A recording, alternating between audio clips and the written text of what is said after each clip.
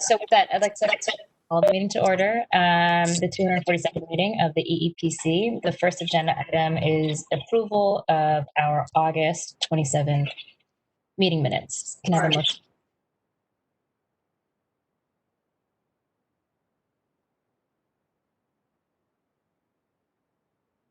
Can I have a motion to approve? I move to approve the minutes. Yes. Can you hear You me? called me a few And months now, ago. Good. thanks. And a second? I may be able to do this on my hardwire phone. All right, I think I saw you say that you second. Let me call you back. Thank you. All in favor? I'll call Aye. Great, and no abstentions. Sorry, before we start, I want to just acknowledge for the minutes that Commissioner Cabrera is absent for today, but we do still have quorum for today's meeting. Item number 3 on the agenda, audit update. Before we go to votes, we'll go to the team to talk about status of sexual harassment prevention and response practices. Audit update. So I'm actually really happy to report that we've started 91% of the preliminary determinations at this point, 31 of 34. We sent 91% of our preliminary determinations. And we have 3 other PDs that are in the pipeline, but should be ready for the next meeting, should be sent out by the next meeting. I actually think we'll be in final determination status by the next meeting. So we're pounding away, not as fast as I would like to, but we're getting there. And we have 6 resolutions for final determinations on the agenda today. They're the Department of Corrections, the Office of the Public Advocate, the New York City Law Department, the Department of Information Technology and Telecommunications, Kingsborough Community College, and the Police Pension Fund. Modify in a particular. I move to approve them. Trees, and I have a tree expert who's willing to consult. We have a second? I second. All in favor? Aye. Aye. Great. Motion passes. Item number 4 on the agenda, compliance update. Letter A, status of 2020 audit plan compliance monitoring. Possible, so that, So you know, to piggyback off of what Sharice was indicating, we are nearly through with getting our 2020 audit plan agencies into compliance monitoring. Right now, we have 76% of them in compliance monitoring. I anticipate to have close to 100% by the next meeting. Right now, we've issued 2 determinations of compliance with regard to the 2020 audit plan. However, we have finished finally the 2019 audit plan. We had one agency that had finished compliance monitoring but wasn't issuing their final action memo for several months. So we finally got them to do that, and they are on the agenda for today, and that is the Department of Parks and Recreation. We do have 24 agencies for the 2020 audit plan in compliance monitoring, and we are working with them to try to move them through the process. So hopefully, as the year ends, we'll be getting a lot more of compliance resolutions out. You're all to be commended, given COVID-19, getting as much work done remotely as you are. In addition, working with the entities that are also working remotely. It seems to me that we should be commended for not having to stop the functioning and continuing to complete the audit process. So for the record, I wish to commend you all. Thank you. Thank you. It took us about a month to get everything situated online to a point where we could work. We could kind of have the same setup that we have in the office, but you know, I think it's been great considering. The next thing that the commission should probably think about is, I think we have about 33 entities remaining in the sexual harassment audit type, the sexual harassment prevention and response audit. But we do want to get back to the employment practices audit for next year. I think we should get back as soon as possible. There are some hiccups because the city is currently experiencing, how can I put it? But the city is currently planning for furloughs and possible layoffs. So doing an employment practices audit in this climate may be difficult. But what I think we can discuss in the months, in the upcoming months, is to probably do an audit where we look at the employment situation in terms of underutilization pre and post COVID, and then look at agencies' plans when hiring does resume to address issues pertaining to women and minorities. And maybe we can do a very brief, abbreviated audit where we can aid them in developing plans, and it would be responsive to whatever issues that they're currently experiencing, but yet have a plan going forward. And it can be done in an abbreviated way as to where we can get more audits done within the year. So I'm Therese. thinking of putting together an audit plan that pertains to that. Sharice, while you're thinking about it, what about thinking of doing a Zoom conference on the issues and laying them out without having the data, but almost a warning, but that this is so important as you go back into the context of having to replace, rehire, fire, furlough, replace, rehire, and that so that it is a reminder of what the variables should be that you are looking at, starting with underutilization, looking at titles, looking at how to hire, looking at how to, if not only recruit, but continue to promote, and looking within the agency before you, looking within the entity before you look outside of the entity. Because we really do need to finish sexual harassment. That's 30 some odd, which means that you're basically full up and doing an audit for at least the balance of the 2021, and can't even undertake new audits until the end of 2021. But if you could put together with your research director a conference online, a Zoom conference, get a couple of speakers online. You don't have to rent a room, and you can get the current EEO officers and others to deal with it. And not the least of which is I was being funny about the issue of the male arguing discrimination, but it really is one of the strategic issues one should look at, is to not only do you have enough minorities, do you have enough of, quote, the others as you try to deal with equality. We ought not to just fill, I mean, he's arguing that they're just hiring women and not hiring anybody else. In some sense, you ought to be careful that in being sure that you hire the most capable person, whatever their background is, rather than trying to fill some different bucket. We ought to be looking at talent and experience as well as other issues. Anyway, it's just a thought, because you're not going to get to being able to do shorter audits until 2021, 2022, and who knows where we'll be under the new normal. But we could do, and I'm not suggesting it's easy to do, but you could do a conference before that. Yeah, that's definitely something that we can explore.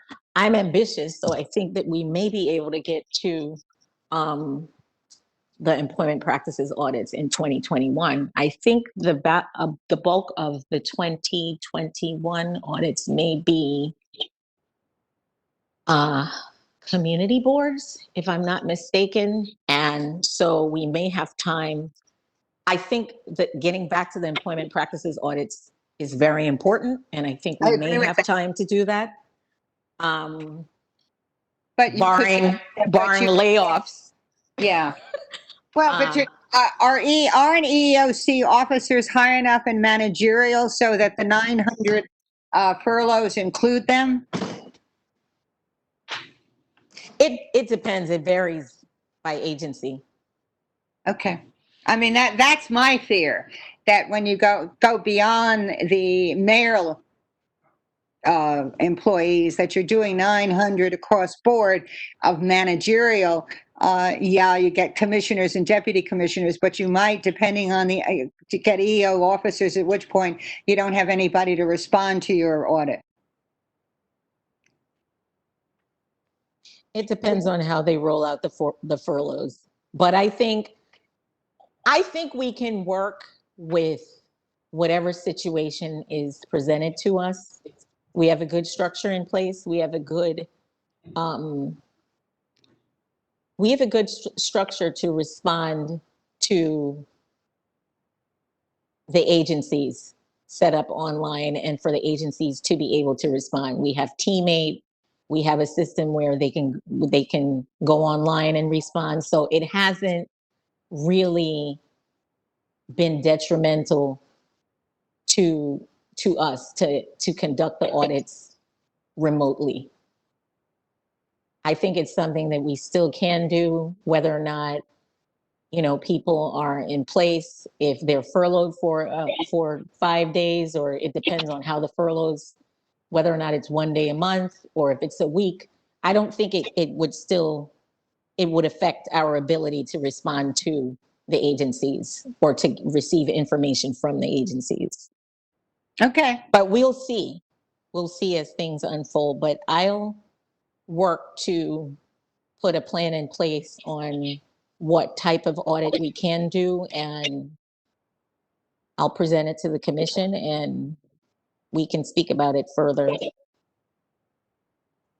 But I'd also like you to think about whether or not you can do a mini conference on Zoom. I think that's a good idea, and we'll definitely explore doing that. Hi, this is Angie.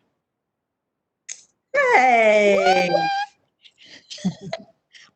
Talking. Hi, Hello. Commissioner Cabral. Yes, we're here. We can hear you. Oh, okay. I'm at the office. I thought there was a meeting here. Oh, wow. Oh, terrific, got- Angela. So I you're joining the meeting via telephone. Yes, I guess so. Okay, great. There's nobody here except the two persons that come. You're still with us. Look at that. Commissioner Cabral, Angela, we're just I apologize. I am not in Brooklyn, so I couldn't pick you up. Oh, okay. I was Commissioner going to Cabral, call you to find we're on out, the last agenda item before we adjourn. So you came in right in time for a final vote, and then we'll continue on into executive session. Very glad that you're here. Thank you for joining. Why don't we thank jump you. to, so we're on agenda item 4 on compliance update. So item number B, 2020 compliance resolution. We have one item up for vote. The resolution is 2019 AP 242-846, 2020 C19 Department of Parks and Recreation. You're talking too fast, have so I a didn't understand a Motion thing. to approve. I vote to approve that compliance resolution. Thank you. Do we have a second? I think Angie asked that you just repeat it because she couldn't hear it. Sorry, Commissioner Go Cabral, I'll slower. repeat myself. I'll repeat myself just to make sure you heard. We have one item. So the Sharice and the team gave us an update of the status of the 2020 compliance monitoring process. And there's one item up for a vote. It's a resolution to approve the commission's work on the Department of Parks and Recreation. And it's a compliance resolution. And so that was the one that I just read out. Okay. And Commissioner Reese has moved to approve. Can we have a second? I second. Thanks, Okay. Commissioner Is Rice. All in everybody else favor? on the line? We are Commissioner Cabrera. This is Sasha. And so Commissioners Reese and Rice are on, along with members of the staff. Okay, good. Great. All in favor? Aye. Aye. Thank you. No abstentions. Commissioner Cabrera, can we make sure we capture your vote? No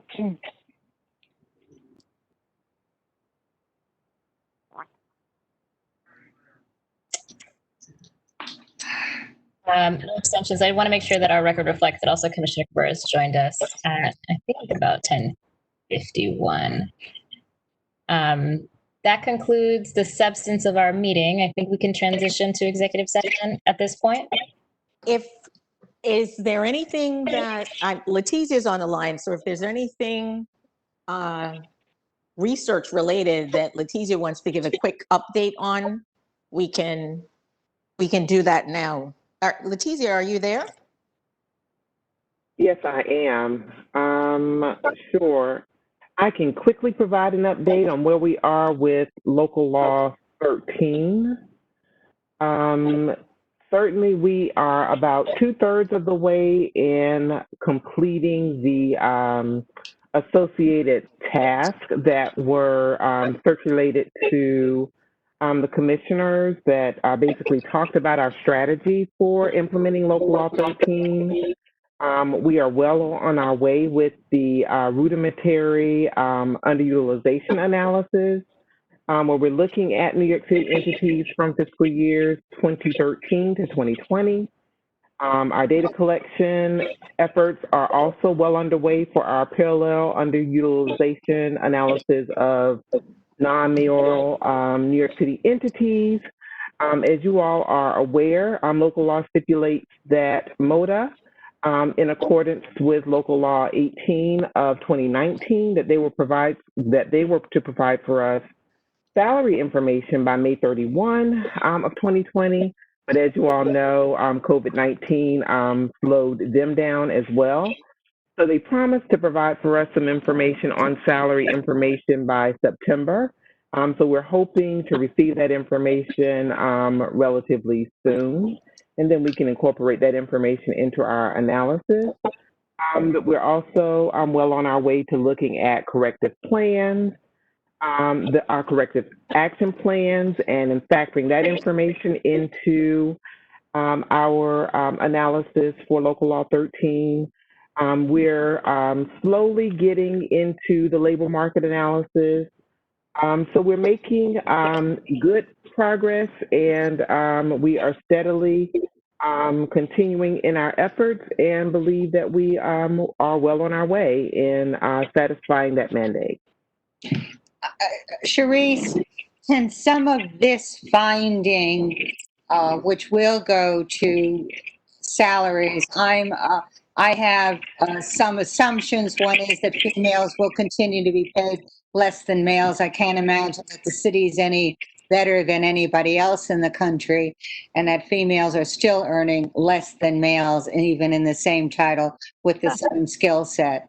And it seems to me, who knows, based on what I saw of late, and I can't remember where, even other minority groups are paid less than white males. It seems to me that that could be incorporated in whatever your presentation is as you deal with rehiring and replacement after COVID-19. If you were to do a seminar or an online presentation, this data, although not complete, but the early part of the data might be able to form a subset of that presentation so that you take care not only with who you rehire and who you place and who you promote as you're dealing with the EEOC rules and regulations, but also be concerned about salary adjustment. Yes. Mhm. Leticia and I discussed this thoroughly yesterday when we were kind of brainstorming on the new audit type. This is how I came up with a strategy about the pre-COVID and post-COVID synopsis of the agency in terms of underutilization and what the agency's workforce looks like. I think it's a good start so that we look at what they were and what their situation looked like post-COVID, and then how do we move towards or putting the agency on the right track to consider minorities and females when hiring resumes, whenever that may be. And I think that would be a part of us presenting historical information and then working with the agency to develop a plan going forward on how they can address issues when they have future opportunities. So I think it really is a good time for us to work with agencies and alongside agencies in our audits to try to get them to make these plans that they can put into effect when, hiring resumes or when they have the opportunity. Yeah, I really think it could be a good thing for the EPC to do going forward and to keep our relevance in, getting agencies to remain on the right path. yeah, but Sharice, it seems to me that if you did a presentation and announcing your plan and part of and before you start it, so that it incorporated in whatever your new audit might be, that you really do if not a semi-conference, an announcement, some presentation that explains why, wherefore, and why you're coming, and make it far more public before you start the audit. Anyway, I agree. So anyway, let's think about it. Okay, sorry to have interrupted. Thanks for the update, Letizia. And sorry, my video is a little bit slow. So I'm just going to be off video for now, and I'll try to rejoin shortly. Is there anything else on research that we should dig into, especially coming off of last month's summary of a bulk of the work that the team is holding? We're still actively working on our other projects. Today, I just wanted to focus on Local Law 13.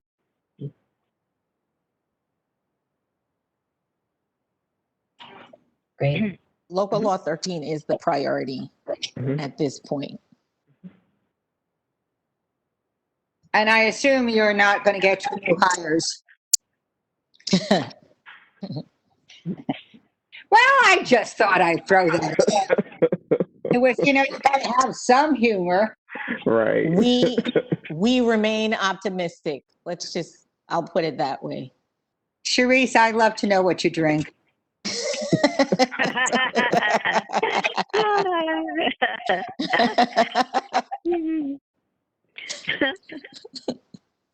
Okay, back to the chair. There's nothing else. Are there items before we adjourn? And go into executive. All right. Thank you. I can't hear you. It says you're speaking, but you're not. You're not audible.